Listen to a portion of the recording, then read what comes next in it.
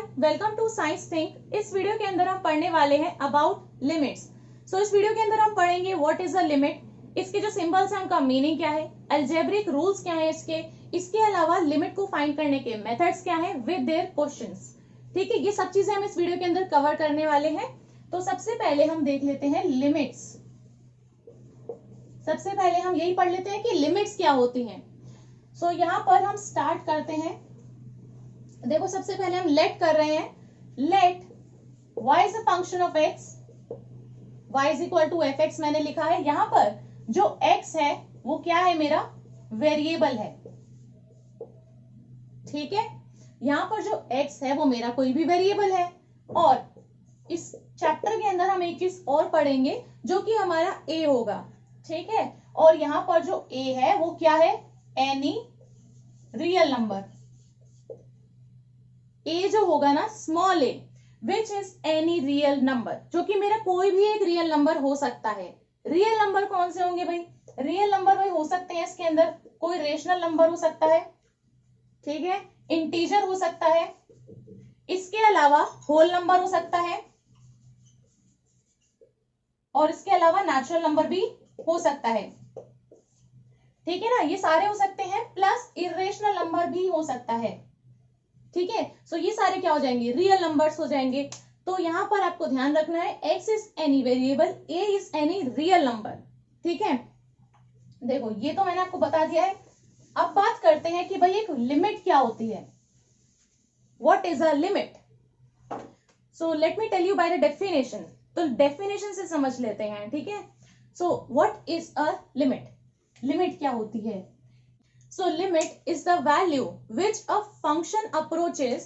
अगर मैं यहां पर लिखूं y is equal to F x, ठीक है, यहां पर जो x है वो मेरा वेरिएबल है। ठीक है ना, तो आपको जो यहां पर लिखेगा वो आपको इस तरीके से दिखेगा कि हमने लिमिट लिखा और यहां पर x और a, फिर यहां पर कोई भी एफ एक्स हो सकता है। ठीक है, क्या है limit? Limit is the value which a function approaches, a function approaches as the independent variable। independent variable भाई कौन सा होगा, x, which is usually x ही होता है ना। independent variable approaches nearer and nearer to any particular or a certain value। अब ये तो भाई इसकी डेफिनेशन हुई। अब इसका मीनिंग क्या है? इसका मीनिंग ये है कि लिमिट मेरी वो वैल्यू होती है, लिमिट मेरी वो वैल्यू होती है जो कोई फंक्शन अप्रोच करता है, यानी फंक्शन उसकी तरफ बढ़ता है, अप्रोच करता है। कब कब अप्रोच करता है? जब मेरा जो इंडिपेंडेंट वेरिएबल है जो कि मेरा x है वो बिल्कुल पास जाता है, nearer and nearer to a certain value, जो भी मेरी पर्टिकुलर वैल्यू होगी। और वो पर्टिकुलर वैल्यू कौन सी है? a। This is the particular value. ठीक है, अगर मैं इसको आसान शब्दों में समझाना चाहूं ना, तो इसका मीनिंग ये है, जैसे जैसे मेरा x किसी a की तरफ मूव करता है, अब x तो मेरा वेरिएबल हो गया, ठीक है ना, और a मेरा कोई भी एक नंबर हो गया, रियल नंबर मैंने बताया ना, a क्या है, रियल नंबर है। तो जैसे जैसे मेरा x किसी नंबर की तरफ मूव करता है, तो ये जो मेरा fx है, जो मेरा फंक्शन है, तो वो किस वैल्यू की तरफ मूव करता है, that value is the limit. ठीक है, अगर आपको अभी भी नहीं समझ में आया तो अभी आपको जब हम करेंगे ना तो उसमें समझ में आ जाएगा। तो इसमें ये कहना चाह रहा है, यहाँ पर x और एरो a लिखा है, इसका मतलब x जा रहा है a की तरफ। ठीक है ना, तो x जो है वो मेरा मूव कर रहा है a की तरफ, तो ये fx किसकी तरफ मूव कर गया होगा, that value is the limit. So as x approaches nearer and nearer to a, जैसे जैसे मेरा x जो है वो पास जाता जाएगा किसके, a वैल्यू के। So what this fx is close to, that value is the limit। ठीक है, as x approaches to a, x is very close to a certain number which is a, है ना, x किसी ऐसे number के पास में जो कि मेरा a है। a यहाँ पर अभी मैंने कुछ डिफाइन नहीं करा है कौन सा नंबर है, वो कोई भी रियल नंबर हो सकता है ना। एट दैट टाइम जब मेरा x is very close to a, at that time what is fx close to, fx किसके पास होगा उस वक्त, वो वैल्यू बताएगी आपकी लिमिट। ठीक है ना, यहाँ पर मैंने जो क्वेश्चन मार्क डाला है, that is the value which is your limit. So that value can be F A और it can be different, F A भी हो सकती है या फिर वो कुछ डिफरेंट भी हो सकती है। तो यहाँ पर मैंने इस तरीके का साइन लगाया है ना। इस चीज का मतलब है कि x जो है वो a को अप्रोच कर रहा है। इसका हम मीनिंग देख लेते हैं।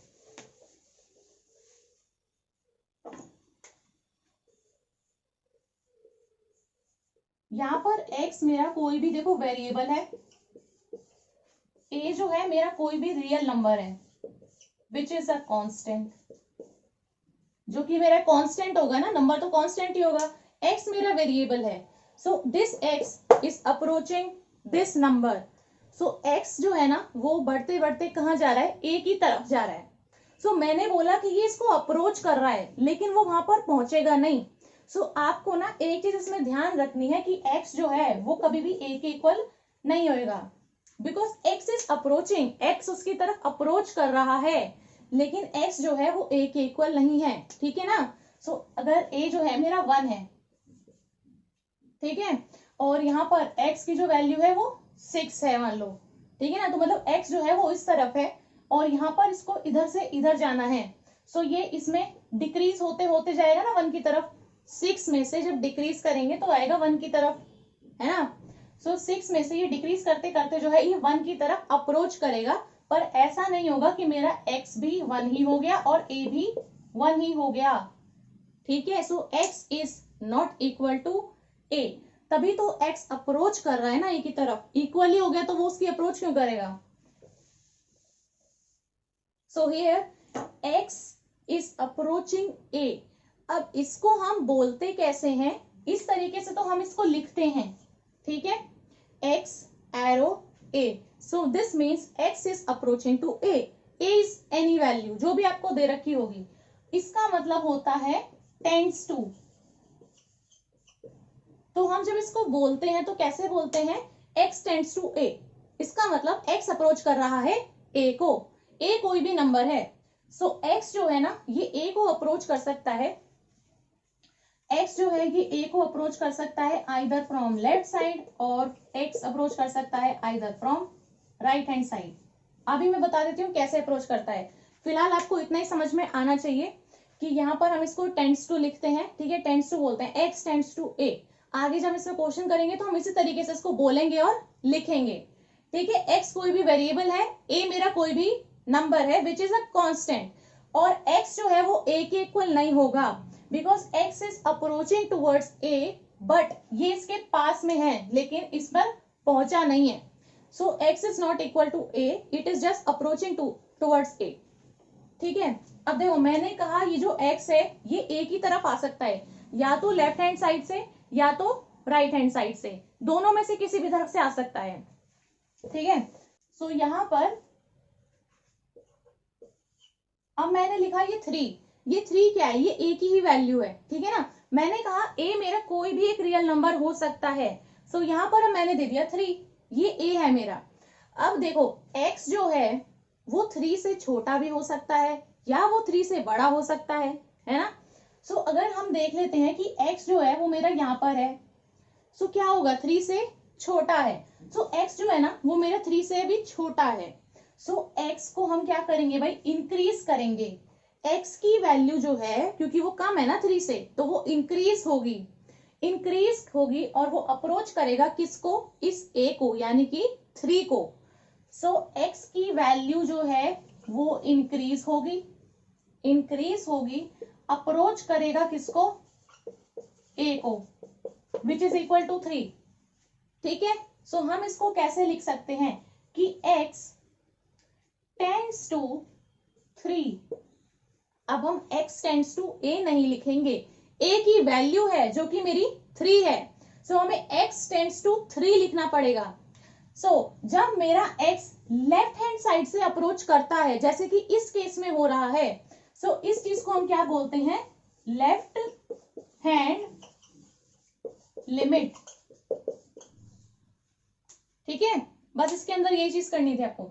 देखो जब मेरी x की वैल्यू जो है वो 3 से कम होगी तो x को अपनी वैल्यू बढ़ाते बढ़ाते धीरे धीरे 3 के पास आना पड़ेगा, है ना, तभी तो x जो है वो a को अप्रोच करेगा। सो वैल्यू x की इंक्रीज होगी, इस ए को जो कि मेरी 3 है उसको वो अप्रोच करेगा।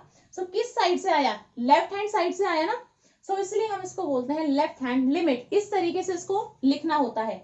ये लेफ्ट हैंड लिमिट के लिए था।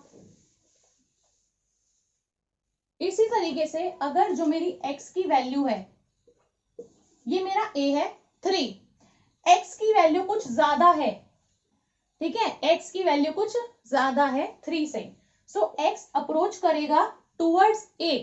x अप्रोच करेगा इस a को यानी कि 3 को किस साइड से, राइट हैंड साइड से। तो राइट हैंड साइड से अप्रोच करेगा तो उसको हम कैसे लिखेंगे, x tends to 3 minus, because right hand side से आ रहा है ना, तो इस x की वैल्यू को डिक्रीज करना पड़ेगा। सो ये x अपनी वैल्यू को डिक्रीज करेगा, अप्रोच करेगा इस 3 की तरफ। सो किस टाइप का हुआ ये, बिकॉज x मेरा राइट हैंड साइड से अप्रोच कर रहा है, सो ये किस टाइप का है, राइट हैंड लिमिट। किस टाइप का है ये, राइट हैंड लिमिट। इस तरीके से इसको लिखना होता है। जब x की वैल्यू कम है तो उसको बढ़ानी पड़ेगी, तो वो लेफ्ट हैंड साइड से जाएगा तो लेफ्ट हैंड लिमिट। जब x की वैल्यू ज्यादा है तो उसको कम करनी पड़ेगी अपनी वैल्यू, तो राइट हैंड साइड से अप्रोच करेगा। इस तरीके से उसको लिखेंगे और बोलेंगे क्या, राइट हैंड लिमिट। अब देखो इसका मीनिंग, मीनिंग ऑफ सिंबल।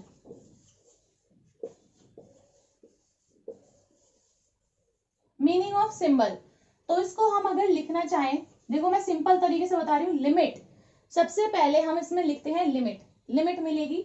उसके बाद में मैं लिख रही हूँ यहाँ पर x which is my variable, x tends to a। यहां पर ले रहे हैं fx। fx क्या है, fx is the function of x, function of x, ठीक है। और इसको बराबर रख रहे हैं भाई l के, l मेरी कोई भी लिमिट है, ठीक है। मैंने जनरली यहाँ पर अभी लिखा है सिर्फ समझाने के लिए। अब यहाँ पर ये जो हम सिंबल लिखते हैं इनका मीनिंग क्या है, यहाँ पर दो चीजें आपको पता रखनी है। देखो इन दोनों को और इन दोनों को। So as the value which is x, मतलब x जब मेरा अप्रोच करेगा nearer and nearer to a, so fx will approach nearer and nearer to limit l। जैसे जैसे मेरा x जो है वो अप्रोच करेगा a को, वैसे वैसे मेरा fx अप्रोच करेगा इस लिमिट l को। So as fx tends to l, x tends to a, ठीक है। यही चीज मैंने जो है स्टार्टिंग में बताने की कोशिश की थी कि what is a limit. Limit क्या है, लिमिट मेरी वो वैल्यू होती है, लिमिट ये है, लिमिट मेरी वो वैल्यू होती है जो एक फंक्शन अचीव करता है, यानी कि उसकी तरफ अप्रोच करता है।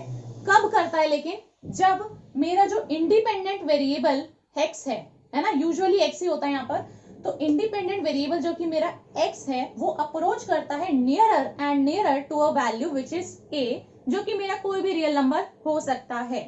यहाँ पर आपको जो है ना इस फॉर्मूले से ही देखकर ही साफ साफ पता चल रहा है कि भाई इसका क्या मीनिंग है और इसका क्या मीनिंग है। सिंपल सा मीनिंग ये है, जैसे जैसे x a को अप्रोच करता है वैसे वैसे मेरा जो ये fx है विच is a function of x approach करता है टुवर्ड्स अ लिमिट जो कि मेरी l है फिलहाल इस केस में, ठीक है। ये इसका मीनिंग था।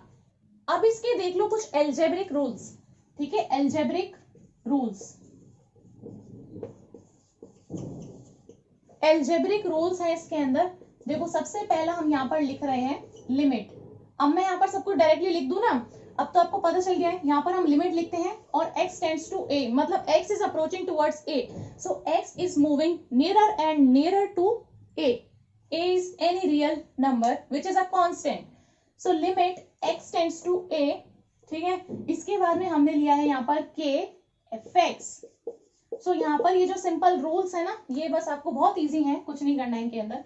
सो यहाँ पर हो जाएगा k लिमिट, ये जो मेरा k है ये कहाँ जाएगा, बाहर आ जाएगा, और यहाँ पर हो जाएगा limit x tends to a, और यहाँ पर हो जाएगा सीधा fx।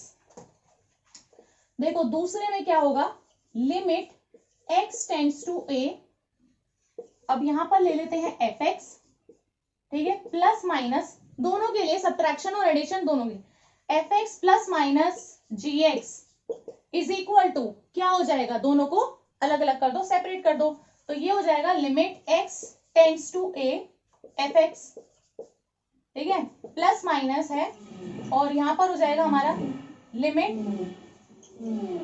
x tends to a gx। So ये हमारे हो गए दो रूल, बहुत ही सिंपल है। यहाँ पर के अंदर है, यहाँ पर बाहर आ गया है, ठीक है, और यहाँ पर प्लस माइनस था तो इनको बस हमने अलग अलग करके लिख दिया है। ये जस्ट इसके सिंपल से रूल्स हैं। अब देखो तीसरा है इसमें अंदर हमारे पास में limit x tends to a fx into gx, this is equal to limit x tends to a, बिल्कुल ऐसे ही लिखना है जैसे पहले लिखा था, limit x tends to a fx, dot का मतलब मल्टीप्लीकेशन है, ठीक है ना, इनटू हो जाएगा limit x tends to a for gx। ये हो गया। नेक्स्ट है हमारे पास में limit x tends to a, ये हो जाएगा fx डिवाइडेड बाई gx। ठीक है, इस चीज का देख लेना, भी क्वेश्चन में करेंगे ना तो समझ में आ जाएगा।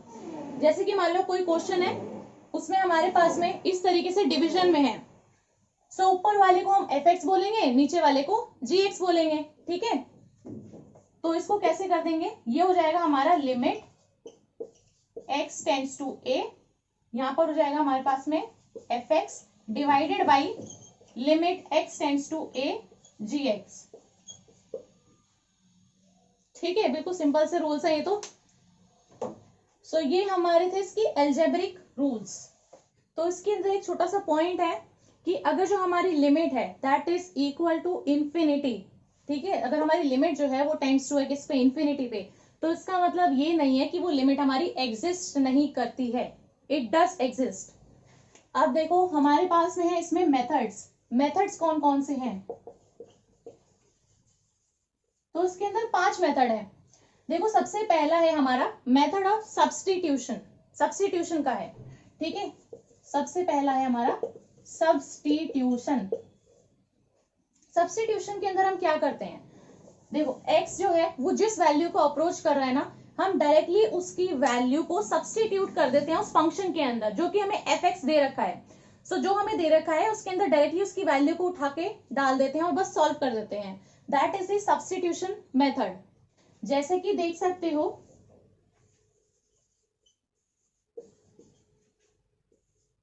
यहां पर मैंने ले लिया लिमिट x टेंड्स टू 2 और फिर है x square plus 5x plus 6, ठीक है।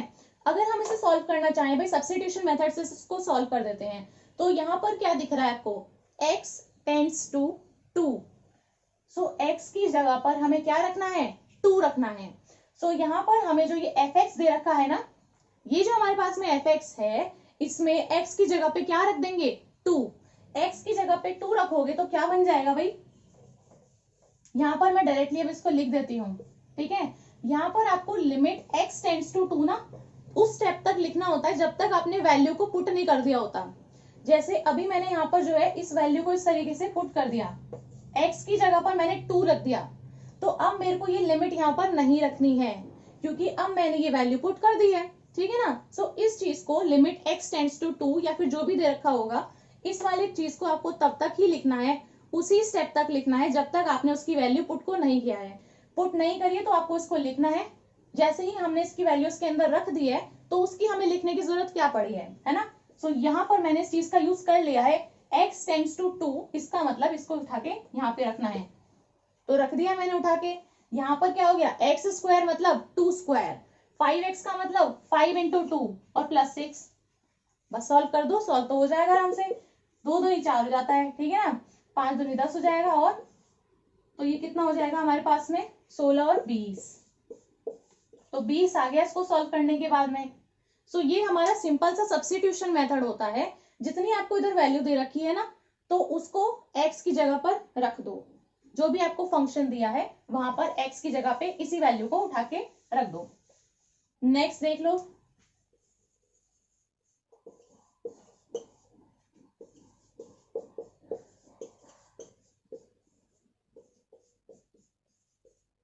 ये मैंने ले लिया, ठीक है, x टेंड्स टू 3, इसका मतलब है डायरेक्ट हम सब्स्टिट्यूशन मेथड पढ़ रहे हैं, तो क्या करो x की जगह पे सब्स्टिट्यूट कर दो इस 3 को। सो ये जो 3 है इसकी वैल्यू उठा के x की जगह पे डाल दो, सो क्या हो जाएगा, ये हो जाएगा 3 का स्क्वायर प्लस 4 इंटू 3 हो जाएगा प्लस 1 हो जाएगा डिवाइड बाई ये हो जाएगा 3 प्लस 5, ठीक है ना, ये हो जाएगा 9, ये हो जाएगा 12 और 1, ठीक है ना, और ये कितना हो जाएगा 8 हो जाएगा। सो यहाँ पर इसको अब सॉल्व कर दो, 12 9 21 22 बटे 8 22/8 आएगा। इसको काट देंगे तो कितना आ जाएगा 11 डिवाइड बाई 4, ठीक है, आप खुद से भी करके देख सकते हो, बड़ा आसान है। तो इसमें आपको क्या करना है, सिंपल सब्स्टिट्यूशन करना है। x की वैल्यू 3 दी है तो जहां जहां x है वहां पर 3 रख दो, बाकी तो सॉल्व करने का पार्ट है। तो ये तो हुआ भाई सब्स्टिट्यूशन मेथड। अब एक चीज आती है इसके अंदर, अगर मेरे पास में है if fx is equals to x square -9 divided by x -3, ठीक है ना, समझना मैं क्या कहना चाह रही हूँ। यहां पर मैंने लिखा fx बराबर है x square -9 divide by x upon 3 के, x -3 के। अब यहां पर अगर मैं x की जगह पर 3 रख दूं, अगर मेरे पास में कोई ये फंक्शन है, मैं इसमें x की जगह पर उठा के 3 की वैल्यू डाल दूं, सो क्या हो जाएगा ये f3, इसका मतलब x की जगह पे 3 लिखना है। सो कितना हो जाएगा एक्स स्क्वायर मतलब 3 का स्क्वायर -9 डिवाइड बाई x -3 का मतलब क्या है 3 - 3, बताना जरा कितना आएगा इसको सॉल्व करके। 3 3 9, 9 में से 9 गया 0, 3 में से 3 गया 0, तो कितना आएगा 0/0 विच इज नॉट डिफाइंड। सो इस टाइप का देखो, अभी जो पिछला वाला था उसके अंदर हम सब्स्टिट्यूशन पढ़ रहे थे, तो उसमें हमारा आराम से जो है आंसर निकल के आ रहा था सब्स्टिट्यूट करने पे। लेकिन अगर आपके पास में इस तरीके का फंक्शन है और अगर ऐसे फंक्शन में मैं सब्स्टिट्यूशन करना चाहूं, तो मेरे पास में आता है ऐसा आंसर, इस फंक्शन का एक ऐसा सोल्यूशन आ रहा है मेरे पास में जिसको आप डिफाइन नहीं कर सकते। सो ऐसी फॉर्म जो डिफाइन नहीं है, इसको हम क्या कहते हैं,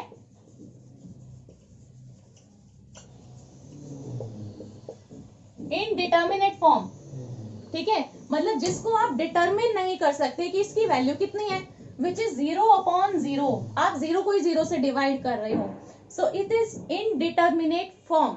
सो इस तरह की फॉर्म को हम क्या कहते हैं, इनडिटर्मिनेट फॉर्म।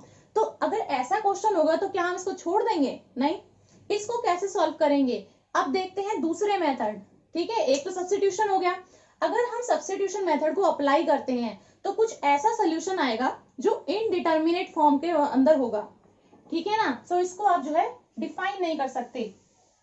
तो आपको क्या करना है, जो भी आपको क्वेश्चन दे रखा है ना, उसके अंदर आपको सब्स्टिट्यूशन करना है जैसे दिया था, ठीक है, सब्स्टिट्यूशन किया, अगर ऐसा कुछ दिखता है कि 0/0 आ रहा है तो 0/0 आएगा, तो दैट इज इनडिटर्मिनेट फॉर्म, ठीक है। सो उसके लिए आपको सब्स्टिट्यूशन फिर नहीं करना है, फिर आपको क्या करना है, दूसरा मेथड देखो, यहां पर दूसरा मेथड है मेथड ऑफ फैक्टराइजेशन।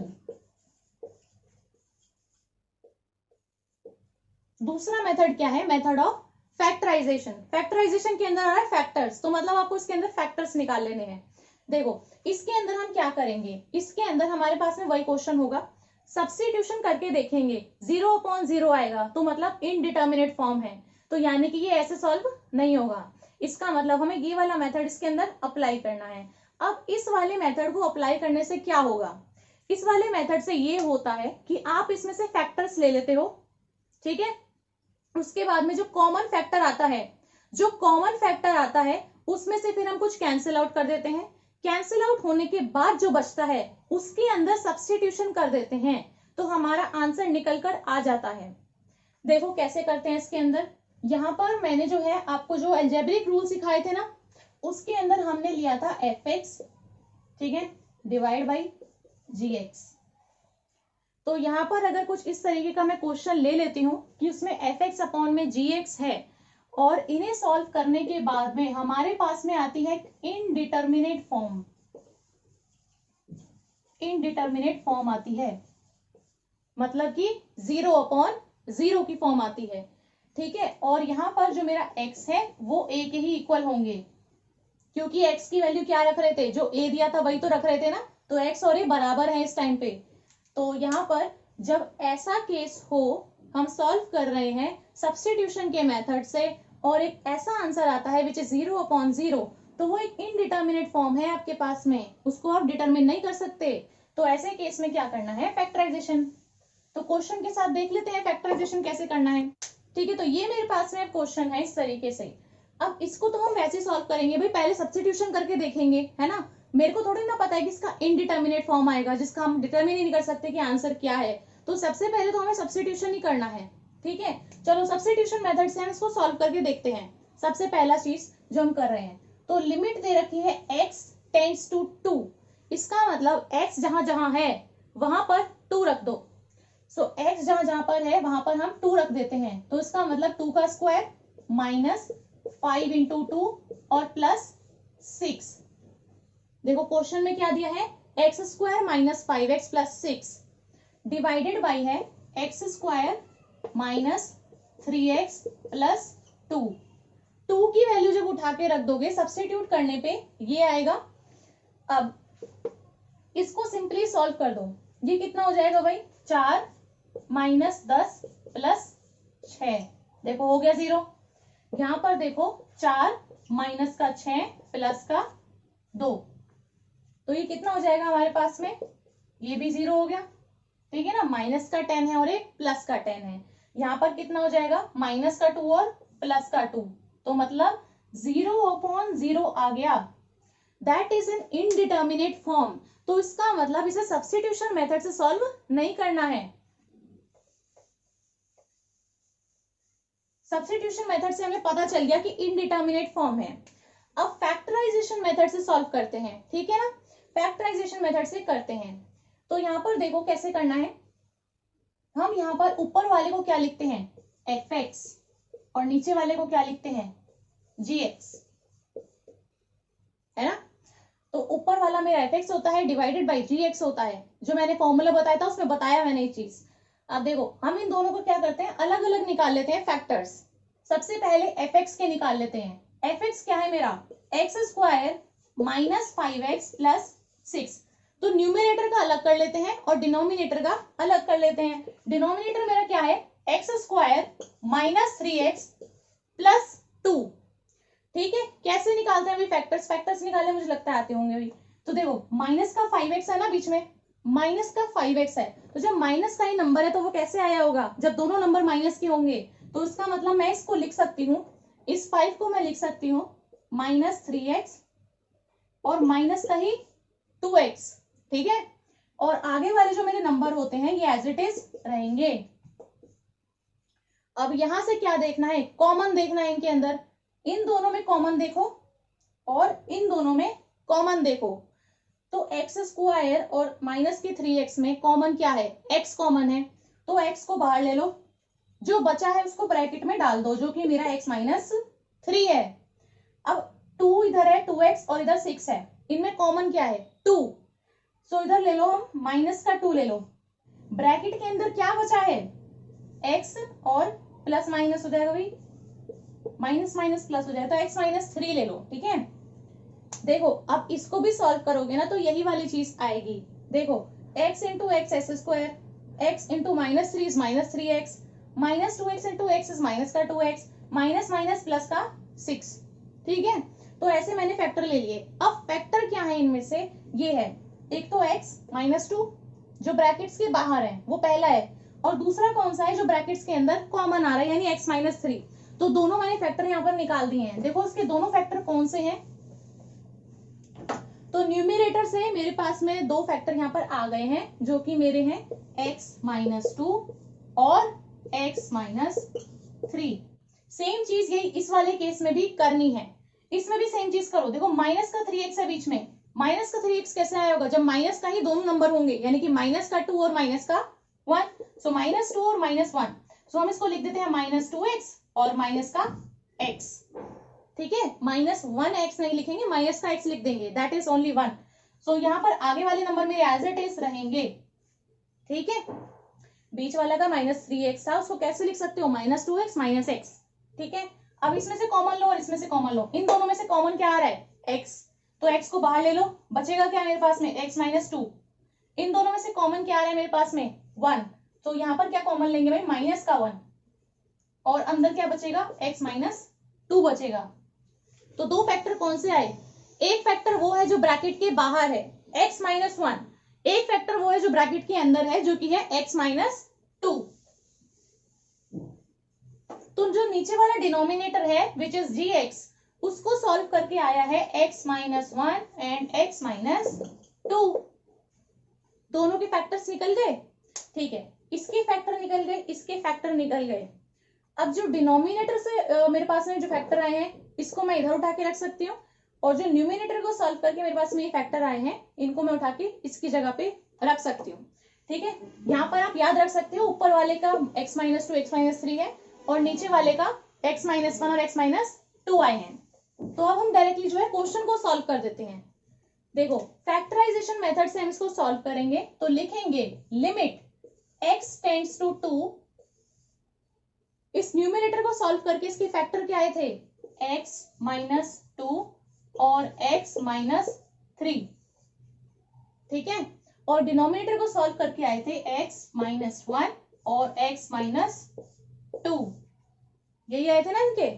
अब इनको क्या करेंगे x minus 2 x minus 2 cancel out, cut गया, क्या बचा अब सिर्फ लिमिट x टेंड्स टू 2। ये चीज हम तब तक लिखते रहेंगे जब तक इस x को उठा के हम 2 नहीं रख देते, ठीक है, तब तक ये लिखते रहेंगे। अब क्या बचा यहाँ पर x minus 3 divide by x minus 1, इतना ही बचा है, ठीक है। अब क्या करना है सिंपल, यहाँ पर उठा के इसकी वैल्यू यहाँ पे डाल दो, और कुछ तो इसको सिंप्लीफाई कर नहीं सकते हैं। तो जैसे ही हम इसको वैल्यू यहाँ पर रख देंगे तो हमें लिमिट लिखने की जरूरत नहीं है। अब लिखो 2 माइनस 3 एंड 2 माइनस 1, x की जगह पे 2 रखा है, सिंपल। इसको सॉल्व कर दो, 2 में से 3 जाएगा तो माइनस का 1 आएगा, डिवाइड बाई 2 में से 1 जाएगा तो 1 आएगा, तो आंसर कितना आ गया -1। देख सकते हो मैंने किस तरीके से सॉल्व किया है, सब्स्टिट्यूशन में डायरेक्टली सब्स्टिट्यूशन किया है, आंसर आ गया तो ठीक है। आंसर नहीं आया, इनडिटर्मिनेट फॉर्म आई है 0 बाई 0, तो यानी कि वो ऐसे सॉल्व नहीं होगा, उसके लिए हमें फैक्टराइजेशन करना पड़ा। फैक्टराइजेशन में ऊपर वाले के अलग फैक्टर निकाल लिए, नीचे वाले के अलग फैक्टर निकाल लिए, दोनों के फैक्टर उनकी जगह पे उठा के डाल दिए, जो कट रहा था उसको काट दो, जो बचा है उसकी जगह पर वैल्यू डाल दो, बस यही करना है, सॉल्व हो गया। अब तीसरा मेथड देखो, इसके अंदर पहला तो हो गया सब्स्टिट्यूशन, दूसरा हो गया हमारा फैक्टराइजेशन, तीसरा है हमारा यहाँ पर रेशनलाइजेशन,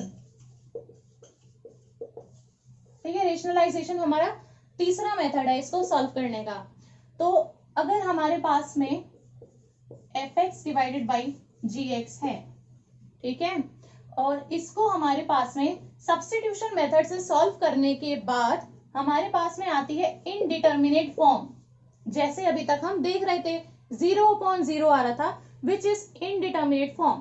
तो अगर हमारे पास में इस तरीके की फॉर्म आती है, यहाँ पर हमें पता है कि x जो है वो a के ही इक्वल है ना, जो हमें एक ही वैल्यू दे रखी है वही हम x की उठा के रख रहे थे। तो ऐसे टाइम पे हमें क्या करना है, यहाँ पर हमें रेशनलाइजेशन से अगर हमें सॉल्व करना पड़ता है, सो यहाँ पर हमारे पास में होते हैं fx और gx जो कि हमारे होंगे इर्रेशनल फंक्शंस। तो ऐसे केस में क्या होगा, fx gx जो होंगे हमारे इर्रेशनल फंक्शंस होंगे और इन्हें हमें रेशनलाइज करना पड़ेगा। तो रेशनलाइज करने के बाद इनमें से जो कैंसिल होता है वही सेम चीज करनी है, जो कैंसिल होता है कैंसिल कर दो, उसके बाद में सीधा सब्स्टिट्यूशन मेथड करना है, जैसे पिछले वाले में किया था हमने। पिछले वाले में हमने क्या किया, फैक्टर निकाले, कैंसिल किया, सब्स्टिट्यूशन कर दिया। इस वाले में क्या करना है, रेशनलाइजेशन करना है, कैंसिल करना है और सब्स्टिट्यूशन कर देना है, बड़ा आसान है। देखो मैंने कहा ना इर्रेशनल फंक्शन होंगे, इर्रेशनल फंक्शन का मतलब है कि इस केस के अंदर ना इस तरीके का फंक्शन होगा, जैसे कि मैं बोल दूं fx is equal to under root x, ठीक है, सपोज कर लो ऐसा कोई फंक्शन है, fx is equal to under root of x plus 2, तो मतलब क्या होगा, इसके अंदर अंडर रूट होगा क्वेश्चन के अंदर, ठीक है, तो क्वेश्चन के अंदर अंडर रूट होगा इसके अंदर। तो ऐसे केस में हमें रेशनलाइजेशन करना है, मैं बता देती हूँ किस तरीके से करना है। देखो इसका क्वेश्चन से समझते हैं। सबसे पहले हमें इसका क्या करना पड़ेगा, रेशनलाइजेशन करना पड़ेगा, क्योंकि क्वेश्चन के अंदर मेरे को दिख रहा है यहाँ पर नीचे अंडर रूट दिया हुआ है। सो क्वेश्चन है लिमिट x टेंड्स टू 0 और फिर ऊपर न्यूमिनेटर में है x, नीचे है 1 minus under root 1 minus x, ठीक है। देखो यहाँ पर मैंने कहा कि fx और gx दोनों ही या फिर कोई सा भी ना इनमें से एक हमारा इरेशनल फंक्शन होगा। इरेशनल फंक्शन कैसे है, क्योंकि यहाँ पर अंडर रूट है, अंडर रूट जहां पर है वही वाला मेरा इरेशनल फंक्शन है। सो ऊपर वाले को हम क्या बोलते हैं, fx, नीचे वाले को क्या बोलते हैं, gx। तो इन दोनों में से कौन सा इरेशनल फंक्शन है जहां पर अंडर रूट है।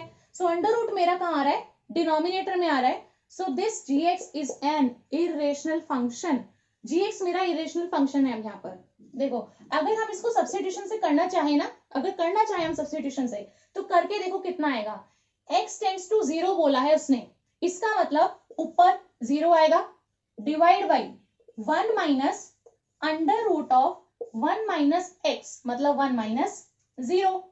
ठीक है, इसको सॉल्व भी कर दोगे तो कितना आएगा, 0 अपॉन 1 माइनस, अब यहाँ पे कितना हो जाएगा, एक में से 0 गया 1, अंडर रूट ऑफ 1 मतलब 1, सो 1 में से 1 गया तो 0। कैसी फॉर्म है, इनडिटर्मिनेट फॉर्म है। ठीक है, सो सब्स्टिट्यूशन से नहीं होगा।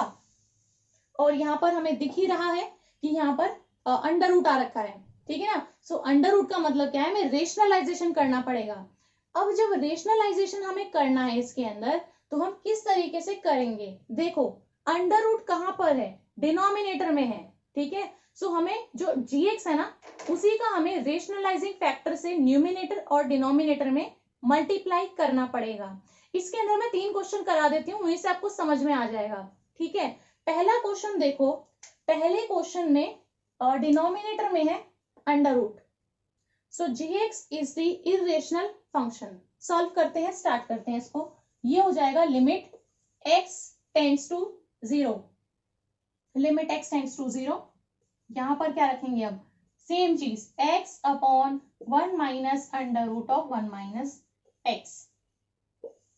ठीक है, अब क्योंकि जो मेरा इरेशनल फंक्शन है वो मेरा डिनोमिनेटर है gx, तो हम यहाँ पर किससे रेशनलाइजेशन करेंगे, रेशनलाइजेशन फैक्टर हमारा कौन सा होगा, इसी का, डिनोमिनेटर का। तो यहाँ पर इसको रेशनलाइजेशन के लिए हम क्या करेंगे, 1 plus under root of 1 minus x divided by 1 plus under root of 1 minus x. Denominator और न्यूमिनेटर में किससे मल्टीप्लाई किया है, जो यहाँ पर इसका डिनोमिनेटर का जो फैक्टर होगा, है ना, रेशनलाइजेशन फैक्टर का। सो यहाँ पर जो 1 माइनस था वो इधर करने के लिए क्या हो जाएगा, 1 प्लस, उल्टा साइन हो जाता है ना हमेशा। सो क्योंकि मेरा जो डिनोमिनेटर था वहां पर अंडर रूट था, सो हम उसी का रेशनलाइजेशन फैक्टर जो होगा उसी से ऊपर नीचे दोनों तरफ जो है मल्टीप्लीकेशन कर देंगे। ठीक है, तो ये मेरा आ गया है। अब इसको सिंपल जो है सॉल्व करना, तो सबसे पहले तो हम यहाँ पर लिखेंगे लिमिट x टेंड्स टू 0, इन दोनों को मल्टीप्लाई कर दो तो x हो जाएगा और फिर 1 plus under root of 1 minus x. ठीक है, इसके बाद में हमारे पास में आ जाएगा, यहाँ पर इसको सॉल्व करोगे तो आएगा सीधा x, नीचे वाले को सॉल्व करोगे तो क्या आएगा, x। अब इसको हमें मिटाना पड़ेगा।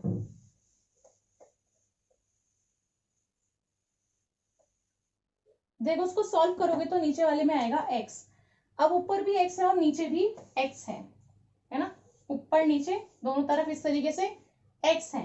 सो ये वाला x इस वाले x से कैंसिल, तो ये हो जाएगा लिमिट x टेंड्स टू 0। क्योंकि अभी तक मैंने लिमिट पुट नहीं करी है, इसको हमें साथ लेके चलना है, साथ लेके चलेंगे इसको, और ये कितना हो जाएगा, 1 plus under root of 1 minus x, यही है ना बस।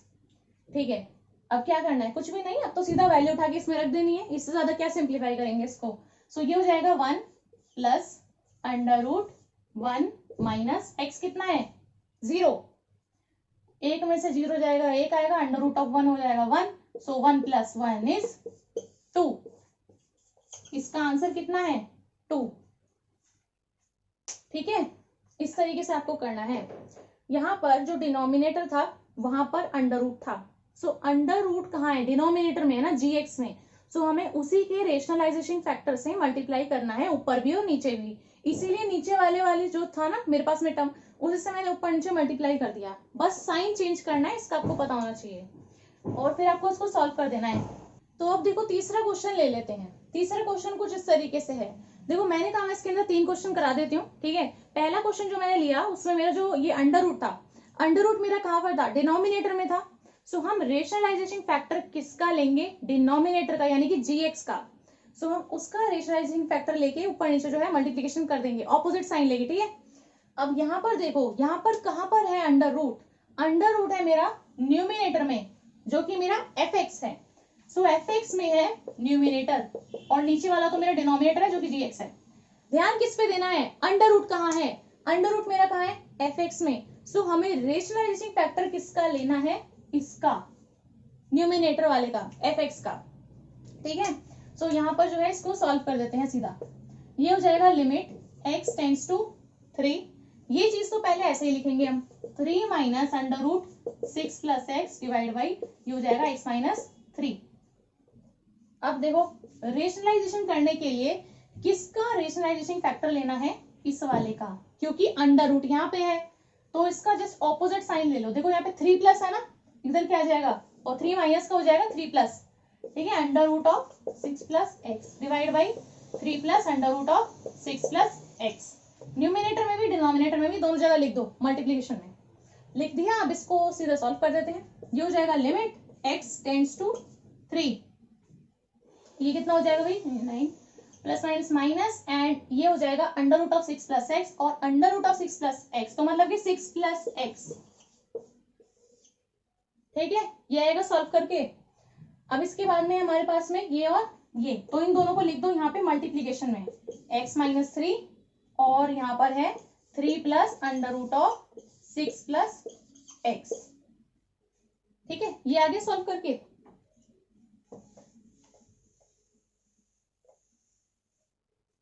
देखो, जब आपके पास में ये आ गया है सॉल्व करके, तो इसको क्या कर देते हैं, ब्रैकेट सॉल्व कर देते हैं इसका। यहाँ पर ये हो जाएगा लिमिट x टेंड्स टू 3, इसको छोड़ना नहीं है, छोड़ना नहीं है इसको बिल्कुल भी। अभी तक जब तक इसकी वैल्यू हम पुट नहीं कर देते तब तक इसको नहीं जाने देना है, तब तक इसको साथ में ही लेके चलेंगे। 9 माइनस 6 हो जाएगा 3 प्लस का x प्लस का माइनस का x, ये हो जाएगा हमारे पास में x माइनस 3, ये कितना हो जाएगा 3 plus under root of 6 plus x. देखो मैं इसका उल्टा कर दूं तो ये कितना बच जाएगा, यहाँ पे सिर्फ माइनस का 1 बच जाएगा, और ये दोनों जो है ये फिर मेरे कैंसिल आउट हो जाएंगे। तो सिर्फ ऊपर क्या बचेगा, माइनस का 1, और नीचे क्या बचेगा, वही चीज जो नीचे ये था मेरे पास में, ठीक है। ये मेरे पास में आ गया। अब x टेंड्स टू 3 है, इससे ज्यादा कोई सिंप्लीफिकेशन इसमें हो नहीं सकता है, तो x की जगह पर हम 3 रख देते हैं। तो ये कितना हो जाएगा, अब हम लिमिट को छोड़ देंगे क्योंकि लिमिट की वैल्यू हमने यहाँ पर रखनी है 6 प्लस 3, वैल्यू मैंने रख दी x की यहाँ पर 3, ठीक है। इसको सॉल्व करो, कितना आएगा -1 डिवाइड बाई, ये हो जाएगा 6 और 3 9, तो अंडर रूट 9 मतलब कि 3, और 3 प्लस 3 कितना हो जाएगा 6, तो यानी कि कितना आ गया -1/6। ये आपका आंसर है इस क्वेश्चन का, ठीक है। इस तरीके से करना था। पहले मैंने लिया डिनोमिनेटर में अंडर रूट, तब भी मैंने बता दिया कैसे करना है। अभी न्यूमिनेटर में लिया अंडर रूट, तब भी मैंने बता दिया कैसे करना है। अब देखो मैंने तीसरे टाइप का लिया है। पहले मेरे पास में डिनोमिनेटर में अंडर रूट था, फिर न्यूमिनेटर में अंडर रूट था। अब इस क्वेश्चन के अंदर मेरे पास में दोनों जगह पर अंडर रूट है, ठीक है। न्यूमिनेटर में भी अंडर रूट है और डिनोमिनेटर में भी अंडर रूट है। सो यहाँ पर हम क्या करेंगे, यहाँ पर अगर आप इसको सॉल्व करके देखोगे तो 0/0 आएगा, विच इज इनडिटर्मिनेट फॉर्म। तो हमें इसका रेशनलाइजेशन करना पड़ेगा। सो यहाँ पर जब मेरा नीचे भी अंडर रूट है और ऊपर भी अंडर रूट है, सो ऐसे केस में हमें क्या करना है, हमें न्यूमिनेटर और डिनोमिनेटर दोनों ही जगह पे इन दोनों के रेशनलाइजिंग फैक्टर से मल्टीप्लीकेशन कर देनी है, क्योंकि दोनों ही जगह पर मेरा अंडर रूट है। सो दोनों के ही रेशनलाइजिंग फैक्टर से मल्टीप्लीकेशन करनी है। देखिए कैसे करनी है। इसके अंदर यहाँ पर मैं लिख रही हूँ लिमिट x टेंड्स टू 0, ये तो हमारे साथ अभी चले गई। देखो इस चीज को उठा के एज इट इज यहाँ पर लिख लो, under root of 4 plus x minus under root of 4 minus x, under root of 9 plus x minus under root of 9 minus x, ठीक है। ये चीज मेरी दी हुई है। सबसे पहले हम इसका रेशनलाइजिंग फैक्टर से मल्टीप्लीकेशन कर देते हैं। सबसे पहले वही किसका कर दें, इसका कर देते हैं, ठीक है। देखो कैसे कर दोगे, यहाँ पर क्या है, माइनस साइन है, माइनस साइन है, तो इधर क्या आएंगे, प्लस प्लस साइन आएंगे, ठीक है ना, दोनों के ही केस में। तो ये हो जाएगा under root of 4 plus x plus under root of 4 minus x divide by under root of 9 plus x plus under root of 9 minus x. अब दूसरा क्या हो जाएगा, इसी का उल्टा कर दो, इसी का उल्टा कर दो, under root of 9 plus x plus under root of 9 minus x, under root of 4 plus x plus under root of 4 minus x, ये चीज आएगी। देखो दोनों का ही रेशनलाइजिंग फैक्टर मैंने ले लिया है, इसका करोगे तो क्या होगा, इसका ही ऑपोजिट साइन इधर लेते, ऊपर नीचे प्लस हो जाता बस वो, ठीक है, इसी का ऑपोजिट साइन इधर ले लेते प्लस, और ऊपर नीचे क्या कर देते, मल्टीप्लीकेशन कर देते। तो इसको अगर आप करके देखोगे तो यही चीज आएगी, ठीक है ना। रेशनलाइजिंग फैक्टर मैंने इसके मल्टीप्लीकेशन कर दिए हैं, अब ये हो गए हैं, अब इनको क्या करो, सिंपल सॉल्व कर दो। ये क्या चीजें हैं, मल्टीप्लीकेशन में है, अंडर रूट जो है वो मल्टीप्लीकेशन में है। So under root of 4 plus x है, under root of 4 plus x है, दोनों मल्टीप्लीकेशन में है, क्या आ जाएगा, इसको 4 प्लस एक्स आ जाएगा सिंपल, ठीक है, अंडर रूट हट गया। सो ये हो जाएगा लिमिट एक्स टेंड्स टू 0। सो ये क्या आएगा, 4 plus x, plus minus is minus, 4 minus x, 4 minus x क्या आ जाएंगे भाई, दोनों अंडर रूट में है तो क्या आ जाएगा, सिर्फ 4 माइनस एक्स डिवाइड बाई, नीचे इसी तरीके से बिल्कुल same 9 plus x minus 9 minus x, ठीक है। सो इन दोनों को तो मैंने सॉल्व कर दिया, क्योंकि ऊपर दोनों 4 4 4 4 थे, नीचे दोनों 9 9 9 9 थे, तो इन दोनों को तो मैंने सॉल्व कर दिया ना मल्टीप्लीकेशन करने के बाद। तो इन दोनों को सॉल्व करके मेरे पास में ये चीज आ गई है। अब बचा क्या, ये वाला चीज, यानी इसी वाले का जो मैंने रेसिप्रोकल यहाँ पे लिखा था वो चीज मेरी बच गई है। सो उसको यहाँ पे मल्टीप्लीकेशन में लिख लो अभी भी, under root of 9 plus x plus under root of 9 minus x divide by under root of 4 plus x plus under root of 4 minus x, ठीक है। इतना तो आ गया होगा समझ में मैंने किस तरीके से किया है, इन दोनों चीजों को सॉल्व करके मैंने ये लिख दिया। ये लास्ट वाला जो बचा था अभी इसको हम साथ में लेके चलेंगे। तो ये मेरा आगे सॉल्व करने के बाद, ठीक है, अब यहां से क्या कर सकते हैं हम इसके अंदर, इसमें हम यहां से लिख देते हैं इसको, देखो अभी ये तो सॉल्व होगा नहीं, पहले हमें इसी का ही कुछ हल निकालना है, ठीक है। तो उसके ब्रैकेट खोल देते हैं, देखो लिमिट हो जाएगी मेरी x tends to 0, 4 plus x तो एज इट इज रहेगा ही, है ना, 4 प्लस एक्स। अब इसको खोल लो, माइनस का 4 हो जाएगा, minus minus plus x, same चीज नीचे कर दो, 9 प्लस एक्स माइनस का 9 प्लस का एक्स, जो कट रहा है उसको काट लेते हैं।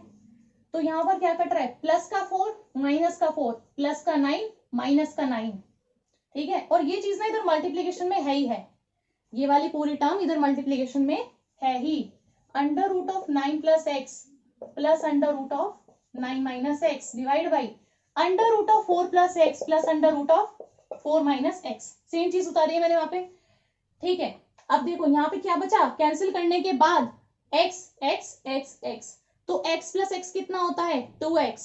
सो ये हो जाएगा लिमिट x टेंड्स टू 0। अभी लिमिट की वैल्यू तो पुट कर ही नहीं है, तो उसको साथ में ही लेकर चलना है। सो यहाँ पर कितना हो जाएगा, x प्लस x होता है भाई 2x, नीचे भी कितना हो जाएगा 2x, और ये वाली पूरी टर्म इधर हम फिर से लिख देते हैं, 9 plus x plus under root of 9 minus x divide by under root of 4 plus x plus under root of 4 minus x, same चीज उतारी है वही चीज, 2x अपॉन 2x काट दो, कितना बचेगा 1 बचेगा, ठीक है। सो कट के कुछ नहीं आया। अब हमारे पास में क्या बचता है, सिर्फ ये वाली टर्म, सिर्फ उधर वाली टर्म बचती है, ठीक है। उधर वाली टर्म में हमारे पास है 9 plus x plus under root of 9 minus x divided by under root of 4 plus x plus under root of 4 minus x, ये चीज आती है, ठीक है। ये चीज आ गई मेरे पास में। अब यहां से हम क्या कर सकते हैं, सीधा इस लिमिट को यहाँ पर पुट कर लेते हैं, और कुछ हम इसमें कर नहीं सकते।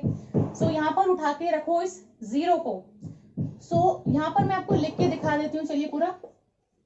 तो यहाँ पर मैंने जैसे इसके अंदर लिमिट पुट कर दी, सो हमें ये चीज लिखने की जरूरत नहीं है। तो लिखो अंडर रूट 9 प्लस x क्या है 0 plus under root of 9 minus 0 under root of 4 plus 0 plus under root of 4 minus 0। अब चाहे 0 प्लस कर लो चाहे 0 माइनस कर लो, आएगा तो वो उतना ही, तो 0 ना ही लिखो, 0 को इधर से पूरा ऐसे हटा दो।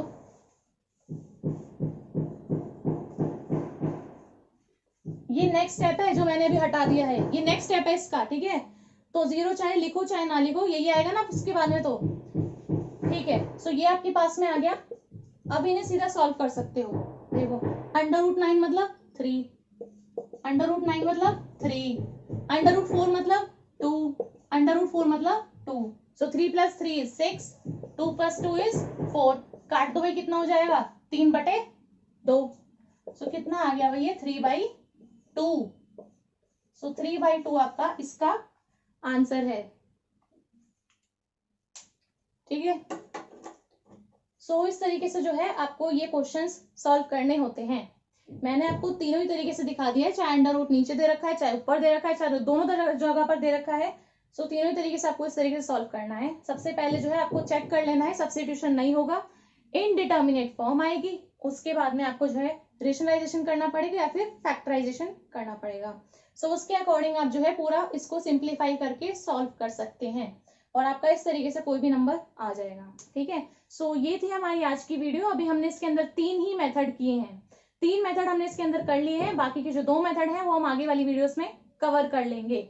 सो आज की वीडियो के लिए बस इतना ही काफी है। सो मुझे उम्मीद है आपको ये वीडियो बहुत हेल्पफुल लगी होगी। अगर ये वीडियो आपको अच्छी लगी हो तो वीडियो को लाइक कर दें, अपने फ्रेंड्स के साथ में इस वीडियो को शेयर कर दें और मेरे चैनल को सब्सक्राइब करना ना भूलें। Thank you.